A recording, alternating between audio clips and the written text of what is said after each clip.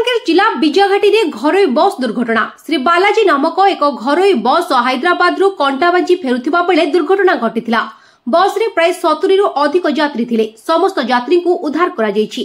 प्राय 20 रु ऊर्ध्व आहत होइछन्ति। आहतों को मेडिकल निया जायछि। ब्रेक फेल जोगु गाड़ीटी दुर्घटना घटिथिबा यात्री माने प्रकाश करिसेंति। इटा भाटी रे कार्य करथिबा श्रमिकों को नै एई बस आसुथिला। तीनोटी इटा भाटीर श्रमिक थिले।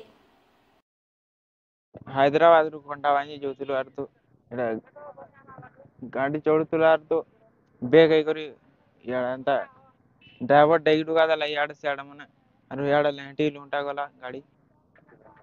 गाड़ी रे भीतर सब लोग थिले आर कार बोलट बाहरी जायछि। कार मुड़ा फाटी फुटा जायछि।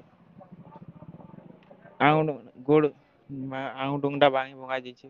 70-80 लोग थिले। बाई थिबा 25-30 टा के बाई जैतिबा। मालकानगिरी चक्रधर पट्टनायक का रिपोर्ट, दर्शन टीवी।